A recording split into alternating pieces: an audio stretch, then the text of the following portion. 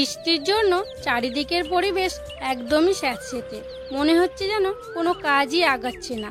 তাও তো ভোর 5টার সময় উঠছি গো, আর উঠে থেকেই সংসারের কাজগুলো করতে শুরু করে দিচ্ছি।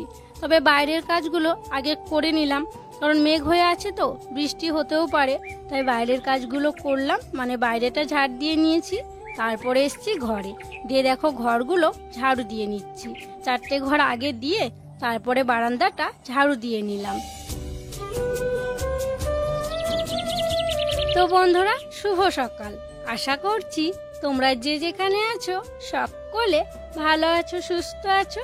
বীরভূম জেলার ছোট্ট একটি গ্রাম থেকে আমি দৈবকী তোমাদের সকলকে জানাই আমার ব্লগ চ্যানেলে অনেক অনেক স্বাগত আর আমার অনেক অনেক ভালোবাসা। তো যাই হোক, ঘরগুলো ঝাড়ু দেওয়ার পর পুকুর ঘাটে গিয়েছিলাম, পুকুর থেকে জল আনলাম আর ঘর মোছা লাঠিটা ধুয়ে নিয়ে এসে দেখো ঘরগুলো মুছতে শুরু করে দিয়েছি। প্রথমে ঠাকুর ঘরটা মুছলাম, তারপরে হেসেল ঘরটা মুছছি। আর জানো তো, এই যে মুছছি স্যাঁতসেঁতের জন্য না শোকাতেই চাইছে না, এত মানে ভালো করে নিকড়ে নিচ্ছি তাও শোকাতে চাইছে না। ফ্যান দিচ্ছি, সে অনেকক্ষণ ভেজা হয়ে থাকছে, তারপরে তখন ঘরগুলো শোকাচ্ছি, মানে খুব দেরি হচ্ছে শোকাতে। তো যাই হোক, 4টে ঘর মুছে নিয়েছি, তারপরে দেখো বারান্দাটা মুছছি। আর সেই যে তোমাদেরকে কবে বলেছি ধানগুলো ভানিয়ে আনবে, এখনও দেখো ভানিয়ে নিয়ে আসা হয়নি, ওই যে এখনও রয়ে গেছে। ওই যে রোজ দিন বৃষ্টি হচ্ছে তো সেই জন্য যাওয়াই হচ্ছে না। তো যাই হোক, ওটা বারান্দাটা মুছে নিয়ে দেখো এখন সিঁড়িগুলো ভালো করে মুছে নিচ্ছি। কি হারে মেঘ করেছে, মনে হচ্ছে যেন আবার খুব জোর বৃষ্টি আসবে। চারিদিক একদম ঘন কালোয় মেঘে ঢাকা। এই যে, আর আমার উনুন শালটার তো খুবই খারাপ অবস্থা। আর কি জানো তো, এই বৃষ্টির জন্য না আমার খুব কষ্ট হচ্ছে রান্না বান্না করতে। উনুন শালটার খুবই খারাপ অবস্থা।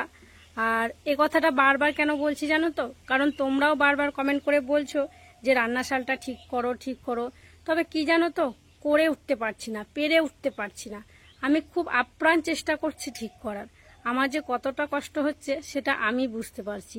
ওই যে উপরে টিনটা ফুটো ফুটো, ওই ফুটো দিয়ে একদম দেয়াল বেয়ে জল পড়ছে, দিয়ে উনুন শালে জল দাঁড়িয়ে যাচ্ছে। মানে খুব কষ্ট হচ্ছে আমার। মানে এ মাসেও না আমি পারলাম না উনুন শালের চালটা ঠিক করতে। তোমাদেরকে বলেছিলাম যে এ মাসে করাবো, কিন্তু এ মাসেও আর হলো না। তোমরাই দেখো চারিপাশে কত জল দাঁড়িয়ে আছে। আর এই যে এই উনুনটাই আমি রান্না করি, আর এই জায়গাটায় মাঝখানে যে ফাঁকা জায়গাটা আছে সেখানে আমি বসি। আর যেন জোরে যদি বৃষ্টি হয়, এই যে দেখো ওই চালের ফুটো দিয়ে বৃষ্টি পড়ে, দিয়ে দেওয়াল বেয়ে এই নিচটাতে পড়ে। আমি যদি এখানে বসে বসে রান্না করি তাও না কাদা কাদা জল ছেটা লাগে, ওই যে দেওয়ালে পড়ে দিয়ে কাদা জলগুলো আমার গায়ে ছেটা লাগে। মানে কত যে কষ্ট করে রান্না করতে হয় সেটা আমি একমাত্র বুঝি। এই যে এখানটায় দেখো কতটা জল দাঁড়িয়ে আছে। তো এই জলগুলো সব তুলে নিতে হবে, তারপর উনুন শাল লেপতে হবে। জানি না আবার বৃষ্টি আসবে নাকি। তো ঠাকুরের কাছে প্রার্থনা করি ওই 11টা থেকে 1টা পর্যন্ত যেন বৃষ্টি না আসে, কারণ ওই টাইমটায় আমি রান্নাটা করে নেব। তো যাই হোক, চলো জল যখন পড়ে আছে জলগুলো এখন তুলে নিই।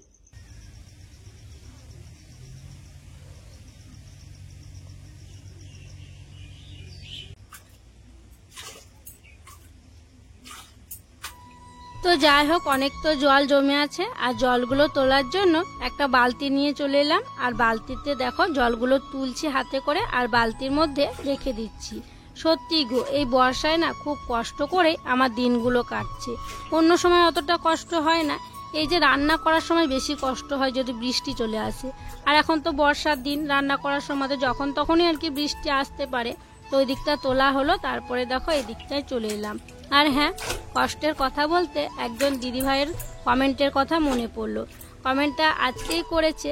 দিদিভাই বলেছে যে তোমার বাবা তো হেডমাস্টার, তোমার এত কষ্ট করে দিন যাচ্ছে, তোমার বাবা কি তোমাকে কোনো রকম হেল্প করে না? আর তোমার ভিডিও আমি অনেক আগে থেকেই দেখি, এখনো পর্যন্ত দেখছি।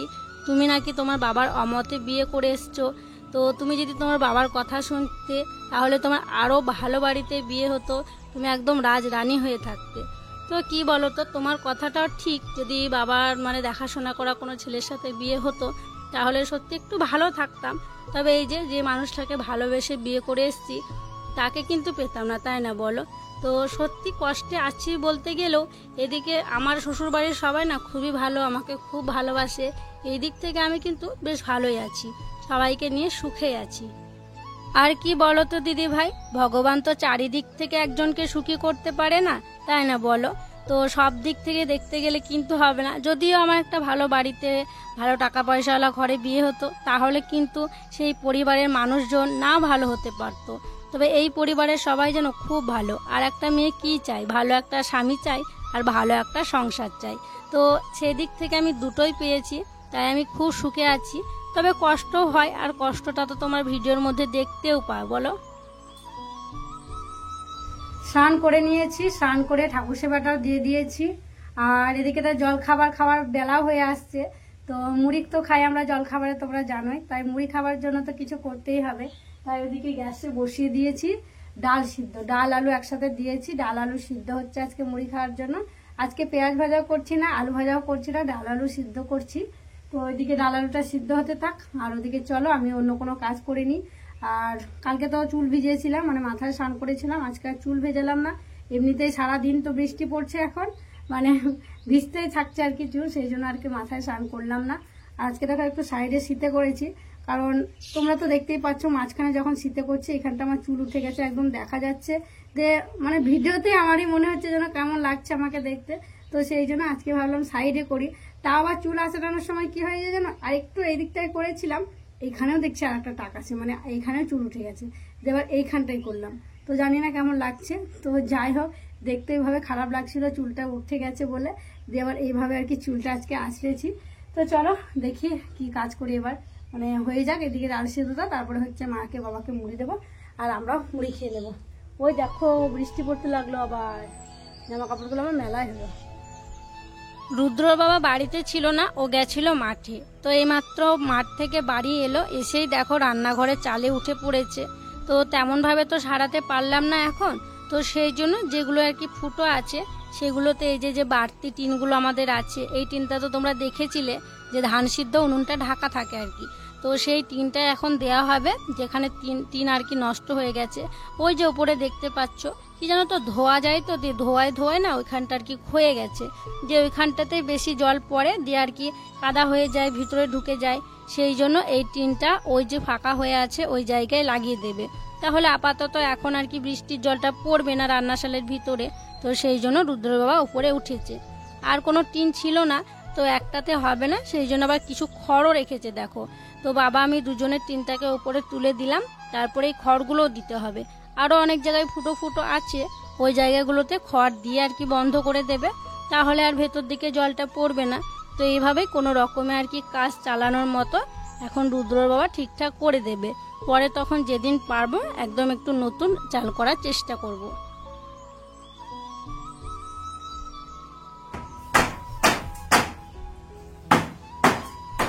রুদ্র বাবা দেখো টিনটা লাগিয়ে দিল, আর কয়েকটা পেরেকও পুঁতে দিল যাতে টিনটা নেমে না যায়। নেমে গেলে তো ক্ষতি হতে পারে, কারো না কারো উপরে পড়ে যেতে পারে। তো সেই জন্য পেরেক পুঁতে একদম ওখানে দিয়ে দিল।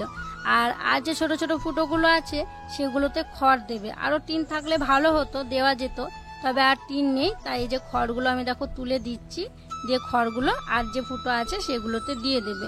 তো এদিকে রুদ্র বাবা মাকে বলছে যে তুমি তুলে দিয়ে ওদিকে যাও, মাকে মুড়ি খেতে দাও গা, দেরি হয়ে যাচ্ছে। তো ওইদিকে মা আমাকে ডাকছে, তাই খড়গুলো তুলে দিয়ে আমি হাত মুখ ধুয়ে এখন বাবা মাকে মুড়ি দেব। মা শুয়েছিল, বাবা মাকে উঠে নিয়ে এসে বাইরে বসিয়ে দিল। তারপরে দেখো বাবাকে মাকে মুড়ি দিয়ে দিয়েছি, আর আমিও মুড়ি নিয়ে নিয়েছি। আর আজকে ডাল সিদ্ধ করেছিলাম, তোমাদেরকে বললাম তো। আর রুদ্র বাবা ওদিকে তো কাজ করছে, ওর এখনো সময় লাগবে। কাকাও আবার দেখছি এসছে, কাকাও একটু হেল্প করে দিচ্ছে, কারণ বাবা এদিকে মুড়ি খাচ্ছে। আর দিদি তো নেই, দিদি ভাগ্নে গেছে স্কুলে। তো সেই জন্য আমরা দেখো তিনজনে এখন খাওয়া দাওয়া করে নিচ্ছি।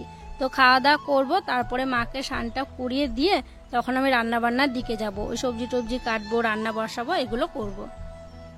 যতটা ঠিক করা সম্ভব দেখো বাড়িতে থাকা জিনিস দিয়ে ততটা আর কি ঠিক করা হলো। এখানে ওখানে টিন পড়েছিল, ওই টিনগুলো নিয়ে এসে একটু ত্রিপল দিয়ে তারপরে খড় দিয়ে যে ফুটো ফাটাগুলো ছিল সেগুলো আপাতত এখন কয়েক মাসের জন্য এভাবে করা হলো।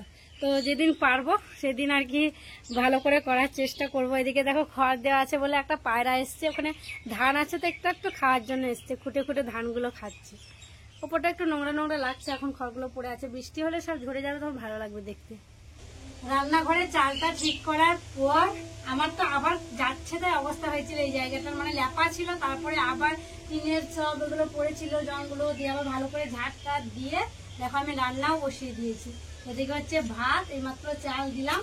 আর এইদিকে তোমাদেরকে দেখায় আমাদের বাড়ির হাঁসের ডিমের ঝোল হবে আজকে। দেখো, আর এই যে দেখো আমাদের হাঁসের একদম টাটকা ডিম সিদ্ধ করতে দিয়েছি। আজকে ডিম আলুর ঝোল হবে। এখানে 9টা ডিম আছে। আর টাটকা ডিম জানো তো খোসা ছাড়তে চায় না, তো আমি ভিডিও দেখলাম ইউটিউবে যে লেবু দিলে আর একটু লবণ দিলে খোসা নাকি খুব ভালো ছেড়ে যায়। তো সেই জন্য এই যে দেখো লেবু দিয়েছি। জানি না কি হবে, প্রথমবার আর কি এইভাবে ডিম সিদ্ধ করছি। তো যা হবে তোমরাও দেখতে পাবে আর আমিও দেখতে পাবো, কোনোদিন করিনি। তো এখনো সিদ্ধ হয়নি, আর একটু সিদ্ধ হবে, তারপরে তখন নামিয়ে নেব। ইউটিউবে ভিডিও দেখে মানে কিভাবে করলে তাড়াতাড়ি খোসা ছেড়ে যাবে সেভাবে করেছিলাম। ওই যে লেবুর রস আর একটুখানি লেবুর খোসা দিয়েছিলাম আর একটু নুন দিয়েছিলাম। তো দেখো যেমন বলেছিল ভিডিওতে ঠিক তেমন হচ্ছে না, মানে ছাড়ছে তবে লেগেও থাকছে, একেবারে যে প্লেন হয়ে ছাড়ছে তেমনটা নয় জানো তো। মানে একদমই আমার কাজ করেনি টোটকাটা। তো কেউ করেছে, কারো যদি হয়েছে নাকি কাজ সেটা আমি জানি না, তবে আমার কাজ করলো না জানো তো, একদম প্লেন হয়ে ছাড়ছে না। তবে এটা হাঁসের ডিম তো আর টাটকা, যদি পোলট্রি মুরগির ডিম হতো তাহলে হয়তো ছাড়তে পারতো। তো যাই হোক, যেটুকু ছাড়লো সেভাবে আর কি ছাড়িয়ে নিলাম। তো এদিকে দেখো ডিমগুলো ছাড়াতে ছাড়াতে আমি এদিকে যে সবজি তরকারিটা করছিলাম সেটা বসিয়ে দিয়েছিলাম। এদিকে সবজি তরকারিটা হয়ে এসছে, তো এটাও এখন নামিয়ে নেব।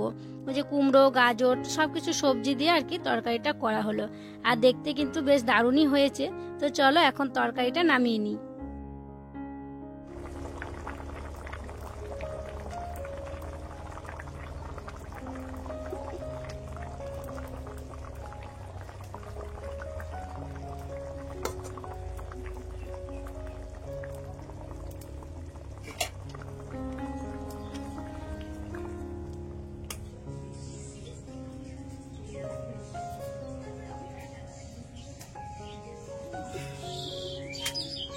রান্নাবান্না সেরে উনুন সালে নেতাটা দিয়ে দিয়েছি।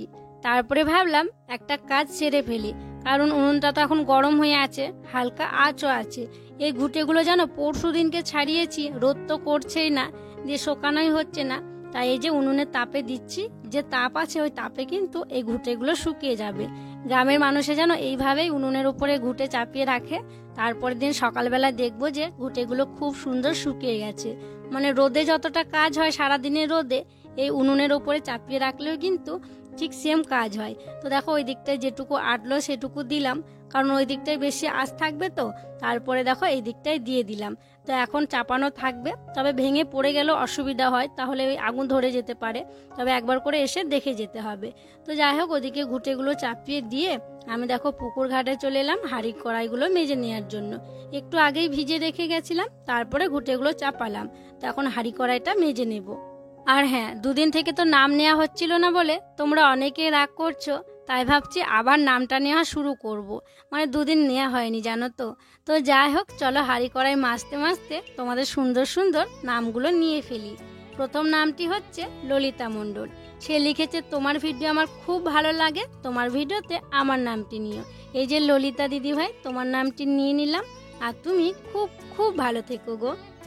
পরের নামটি হচ্ছে খড়গপুর থেকে শিখা কাকিমার। কাকিমা লিখেছে, দৈবকী মা, আজ 6 মাস থেকে আমি তোমার ভিডিও দেখি, তোমার ভিডিও দেখতে আমার খুব ভালো লাগে, তোমার ভিডিওতে একবার আমার নামটি নিও। এই যে কাকিমা, আপনার নামটি নিয়ে নিলাম, আর আপনাকে আমার প্রণাম জানাই। আপনি খুব খুব ভালো থাকবেন আর আমাকে মন প্রাণ ভরে আশীর্বাদ করবেন। তো দেখো নামগুলো নিতে নিতে হাঁড়িটা তো আগেই মাজা হয়ে গেছিল, তারপরে কড়াইটাও মেজে নিলাম, আর ওই যে খুন্তি সারাশি ছিল সেগুলোকেও মেজে ধুয়ে নিয়ে নিলাম।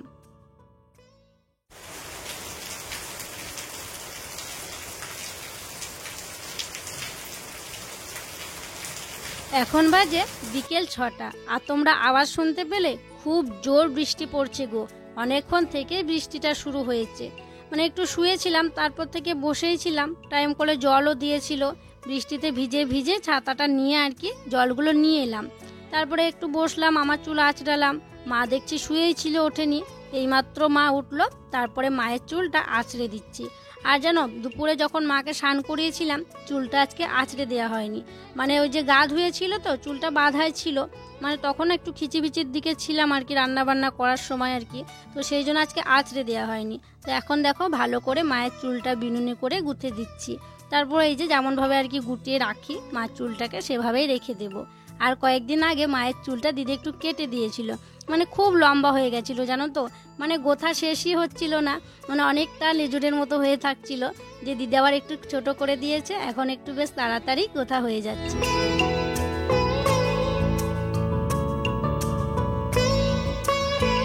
মায়ের চুলটা আঁচড়ে দিয়ে আমি বৃষ্টিতে ভিজে ভিজে গেছিলাম হাঁস খুঁজতে।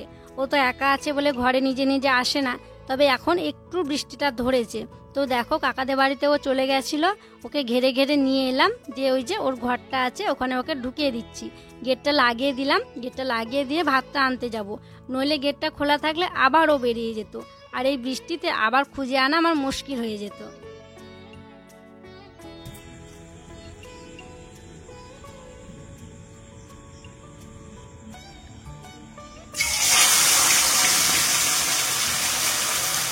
ঠিক সন্ধ্যের আগে রুদ্র বাবা কোথা থেকে মাছ নিয়ে এসছে, তো দুটো মাছ নিয়ে এসেছিল এরকম এরকমের সাইজে আর কি, ওগুলো হচ্ছে রুই মাছ। তো সেই মাছগুলো এখন আমি ভাজাভাজি করছি আর কি, তবে আজকে রান্না হবে না, কারণ আজকে রাত্রে খাওয়ার জন্য তরকারি পাতি আছে বুঝলে, তো সেই জন্য আজকে রান্না করব না, আজকে ভেজে রাখবো, রেখে হচ্ছে এই মাছগুলো কালকে রান্না করবো। আজকে ডিমের ঝোল আছে, কুমড়োর তরকারি করেছিলাম আজকে, ঢ্যাঁড়সের টক আছে, সেই জন্য আজকে আর করছি না। আর ও তো খুব মাছ পছন্দ করে, ওকে ভেজে দেবো, তো ভাবছি যে 2-3 পিস আর কি পেঁয়াজ দিয়ে ভাজা করবো, তাহলে সবার একটু করে খাওয়া হবে। আর ঝাল বা তরকারি তেমনটা এখন আর করবো, শুধু ভাজাই করবো। দেখো রুই মাছের সাইজগুলো বেশ ভালো কিন্তু বলো, আর 1 পিস হয়ে গেছে, এই যে আর একটু উল্টে দিচ্ছি, বেশ লাল লাল করে ভেজে রাখবো, আর কালকে হবে তো সেই জন্য একটু বেশি বেশি লাল লাল করে ভাজতে হবে। আবার যদি টাটকা টাটকা রান্না করা হতো একটু হালকা ভাজলে হতো, মানে টাটকা রান্না করলে বাবা আবার বেশি ভাজা পছন্দ করে না, বলে যে হালকা করে ভাজবে তাহলে মাছের টেস্টটা আর কি ভালো লাগে। এটাকে লাল লাল করে এখন ভেজে নেবো। তো যাই হোক চলো মাছগুলো এক এক করে ভেজে নিই, এই যে পিসগুলো দেওয়া হয়েছে, তারপরে এই যে মাথা আছে, তারপরে পিচে আছে, এগুলোকে এক এক করে ভেজে নেব। তারপরে আরো অনেক কাজ আছে জানো তো, বাবা মায়ের জন্য রুটি করতে হবে, মানে শান্তি নেই, সেই যে ভোর 5টার সময় উঠেছি তারপর থেকে একের পর এক কাজ লেগে আছে, মানে যতক্ষণ না খাওয়া দাওয়া করে একটু শোবো ততক্ষণ কাজ লেগে আছে। তো চলো এই যে মাছগুলো লাল লাল করে ভাজা হয়ে গেছে, এখন এক এক করে তুলে নিচ্ছি। তো আজকে আর কি শেয়ার করবো, চলো আজকের মতো এখানেই বিদায় নিচ্ছি। তোমরা সকলে ভালো থেকো, সুস্থ থেকো, আর যারা নতুন বন্ধু হয়ে আমার এই ভিডিওটি দেখছো তাদেরকে আমার পাশে থাকার জন্য অনুরোধ করছি, আর যারা পুরনো বন্ধু হয়ে আমার পাশে আছো তাদেরকে আমার অসংখ্য অসংখ্য ধন্যবাদ আর অনেক অনেক ভালোবাসা। দেখা হবে আবার পরবর্তী ব্লগে।